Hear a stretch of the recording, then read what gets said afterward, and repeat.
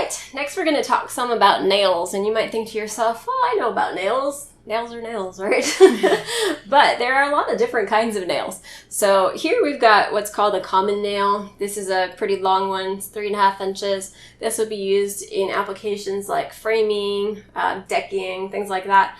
Nails come in a lot of different surface types too, like finish types. You have your bright nails, which are basically unfinished steel, and then there are hot dipped nails, there are galvanized nails, and depending on what you're using your nails for, you want to make sure that you have the right kind so it's protected against corrosion and stuff like that. So this is where it really helps to make friends with your local hardware store specialist so you can explain to them what your project is so they can help you figure out what is the best nail for your project. So here you would use a framing hammer in combination with this framing nail, as we've seen. So that holds things together there, and that is your everyday workhorse nail. Then we've got finish nails. With these, you'll see they've got the very small heads, and that's so that they disappear when you're nailing them into trim, because we don't want, obviously, like this big flat head nail sticking out when we've got a piece of trim there.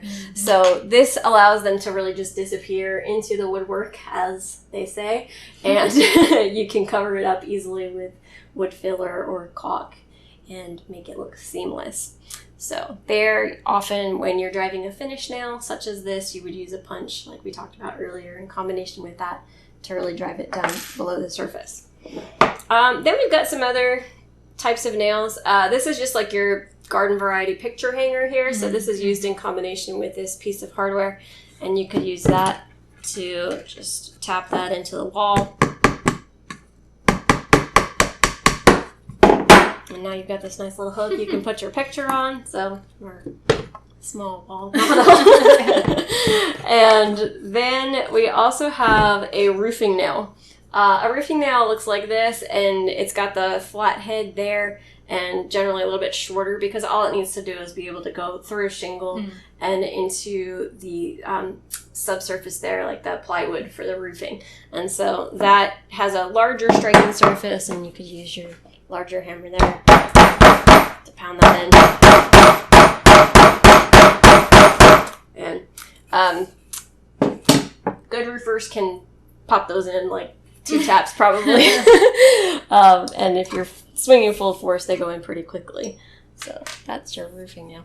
Lots of other different kinds of nails, but those are some basics. And so now you know what you can use for different situations. Any experience with nails? Minor experience. As a kid, one time I remember trying to build this little bridge over our little creek. And it was exciting. Only a couple busted fingers. For the most part, it was pretty successful.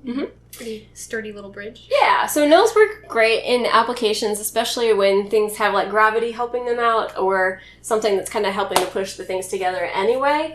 They're not great in applications where you have things that are trying to pull apart. So like here with this one, I used a screw there. I could have used a nail there, and in general framing, that is usually what you see, because the general structure of the house is kind of helping to hold everything together. But if you have something that's got force that's going kind of like this and trying to pull it apart, you would most likely want to use a screw or some other type of fastener, maybe a bracket or something like that, in order to hold things together, because the nail, they come out pretty easily, as you've seen in some of our demonstrations. And so if you got that kind of force exerted on it, it can come apart. So nails, great tools, definitely have their place, and they're a variety. There's a nail for every job, just like there's a hammer for every nail.